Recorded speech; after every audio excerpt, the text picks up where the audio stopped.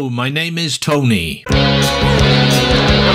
in my house. With the legend of Hell House and The Haunting, I found myself on something of a haunted house kick, so I thought I'd better complete the trilogy of what I believe are the best haunted house movies ever made. No rush though, I'll get round to it, I thought. Another Peter Medak directed film was on my radar as I just rewatched it, and I was going to do a review on that. Then I'll get round to it somehow found itself switching up to be applied to that other film after I rewatched The Changeling. My immediate focus changed, and with it my mind. Fickle, ain't I? There are several different films that go by the same title, but this one is the best and really the only one you need to concern yourself with. It's a Canadian production directed by a Hungarian immigrant who began his filmmaking career in England in the 60s, and it stars one of the greatest American screen actors in the history of cinema. To me, that's already a good start, and it certainly delivers on that promising basis to give the world the second or third best haunted house movie ever made. Second, I'd say, but others might beg to differ. I don't care. They can go fuck. George C. Scott is in it, and George C. Scott is a giant. Coincidentally, he was in a film called They Might Be Giants, but that's largely irrelevant, apart from there's no might be in his case. He was a character actor who became a headlining star whilst retaining the skill set he'd cultivated from years of being the support act in movies. It served him well. To provide an example of what I mean, I'll cite the role of Ebenezer Scrooge, which he played in a British-American TV co-production of A Christmas Carol in 1984.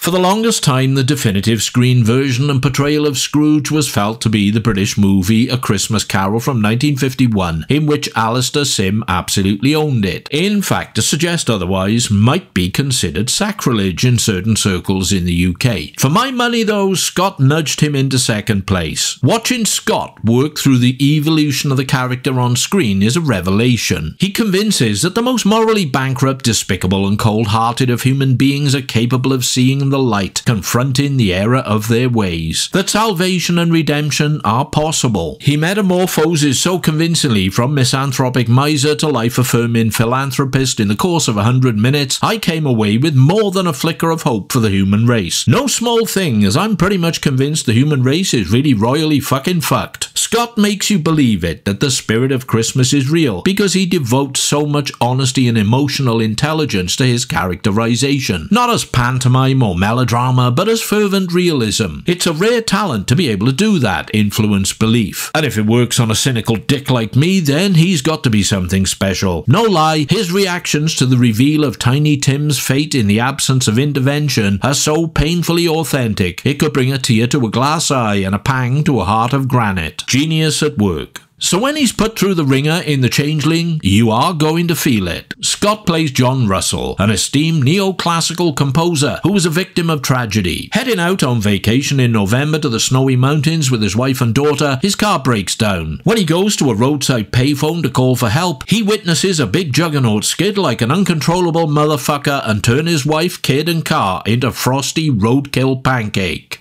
As if that wasn't traumatic enough, the universe has more bad shit in store for John. Grief-stricken, he relocates to Seattle to throw himself into his work. Rather than opt for a nice big studio apartment to compose in, he picks a secluded country mansion, which he rents from the agent of the local historical society, Claire, Trish Vanderveer, Scott's real-life wife. She tells him the property has been vacant for the last 12 years. There might be a good reason for that, matey. But as is the way of these sorts of films, a big old spooky house no one wants to live in fails to set off any sort of alarm bells. No, this decaying, ominous looking shithole will do me just fine. John moves in, and maybe his grief and desperation open a channel to the unavenged vestiges of whatever lingers trapped within the house. Strange occurrences start to occur. Doors open on their own, there are unsettling sounds, a pounding and banging not too dissimilar to that in The Haunting. The handyman puts it down to air pockets in the water pipes, no doubt charging a small fortune for this vague diagnosis, but soon John gets the impression there is something more to it. One night all the water taps in the house are turned on, when John sees the apparition of a drowned boy in a bathtub. The discovery of a hidden room with a small wooden wheelchair in it of the type made for a child, and, chillingly, a bathtub, instills the belief in John that there is a secret kept herein, a mystery to be solved. A music box in the room plays the same tune John had been playing on the piano earlier. A child's red ball bounces down the staircase out of nowhere. Poltergeist activity escalates. With Claire's help, John investigates the history of the house and discovers that a little girl was killed nearby in a vehicle accident in 1909. A seance, however, reveals that the restless spirit is not her. During the seance, John hears and records the whispered voice of a child claiming to be one Joseph Carmichael. The kid was drowned in the bath by his father in 1909. A sickly child, crippled and weak, he was not expected to live to the age of 21 when he would inherit a vast fortune bequeathed to him by his grandfather.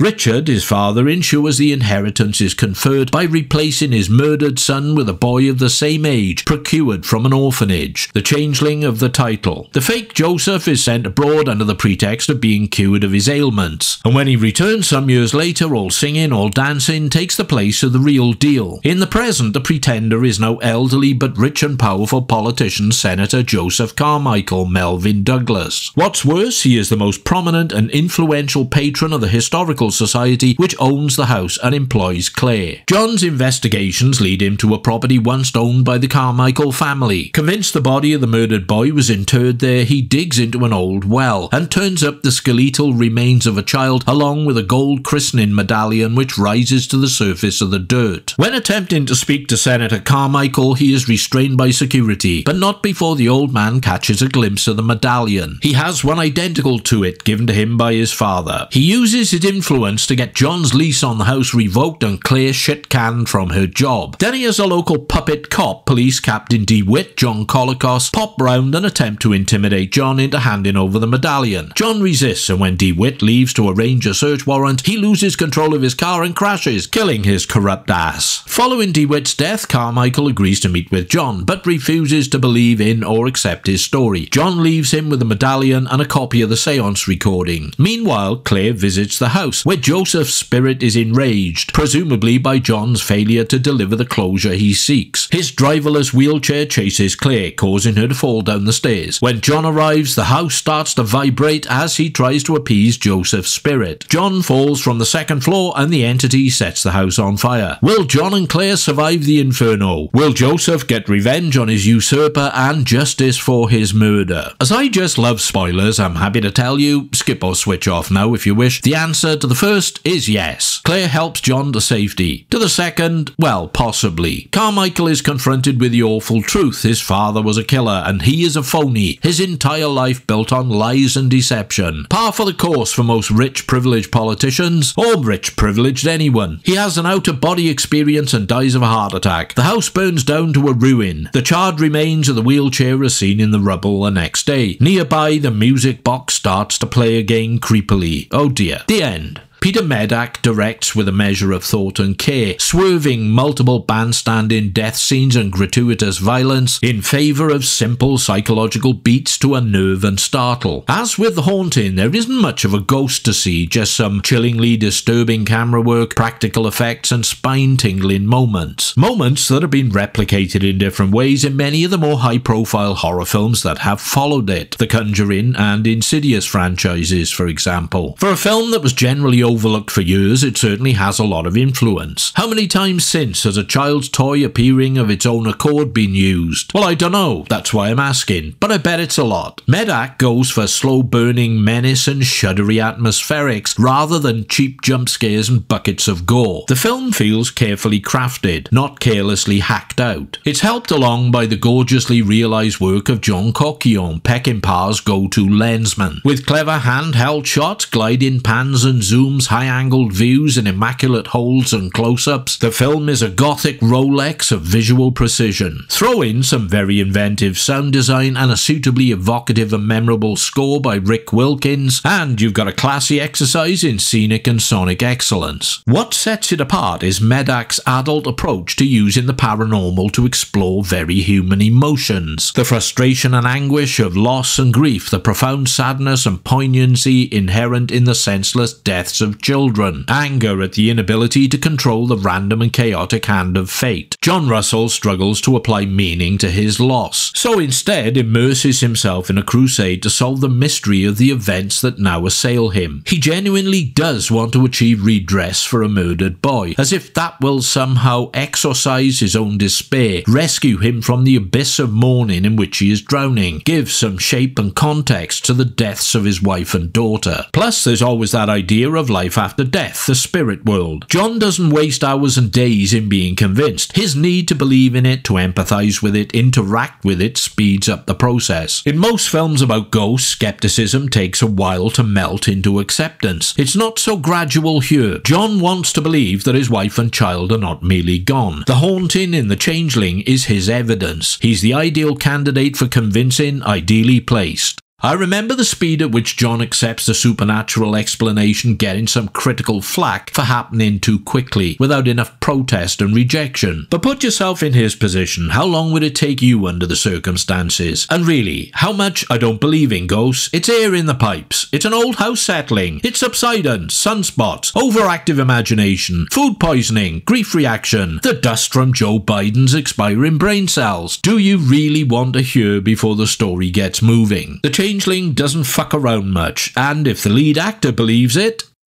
which sort of brings me back to George C. Scott. He plays it with quiet subtlety, inhabiting and projecting the tortured soul of a man who was once a husband, a father, and a composer of music, and is now only one of those things. The two things he valued most are lost from that equation. I said earlier that Scott will make you feel it, and he does. Not with melodramatics or barnstorming theatrics, but with sensitive, introspective, emotional restraint. When you see him waking in bed, consumed with grief, it's quite devastating. The emotional heart and soul are what Scott represents, and it's the thing that magnetically draws you in and keeps you invested in the film, makes you keep watching to see where it goes and what happens next. I think it's one of Scott's best performances. Forget that. More decisive. It is one of Scott's best performances. He channels an emotional depth that is all too often missing from the morass of cookie-cutter slash-and-grab horror films. It was a wise move by Medoc to surround him with a better-than-decent supporting structure, notably the underrated Trish Van Devere, who possibly flourished less career-wise in the shadow of her husband than she otherwise might have done. I think she made 5 films with him in all. It was he who was the star of the family, though, just how it goes. Veteran Hollywood character actor Melvyn Douglas adds extra prestige and gravitas. A year later, his final film would be another ghost story called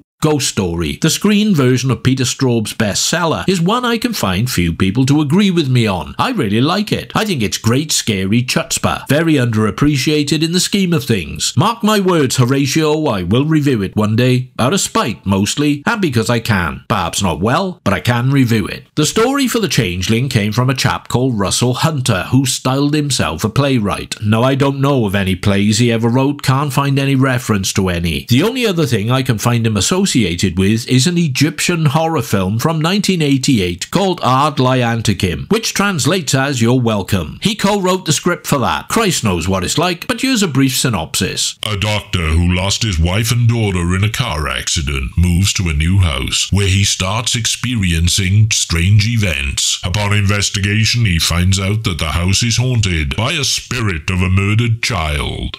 Sounds strangely familiar, that. Anyway, Hunter claimed that the story for The Changeling is based on actual events that happened to him personally in the 1960s, when he lived at the Henry Treat Rogers mansion in Denver, Colorado. You may well think by now I'm making all this shit up, and if you do, check it out on the net. It's what I found during my research. Research? Yeah, I do sometimes. It's not all fabrication and guesswork. I can spend a whole 10 minutes on checking stuff out. The film itself does draw from The Haunting. That's undeniable, but it's not an imitation of that film. So much in The Changeling has been imitated by so many that you might get the impression it's an imitator itself, but it isn't. It's an originator. Later and lesser films exploited it, some shamelessly ripped it off. So if you haven't seen it and you do see it and start thinking, I've seen this stuff before, in all probability you have. Only it wasn't before, it was most likely after. You saw it in films made after The Changeling, not made before. Is this making sense?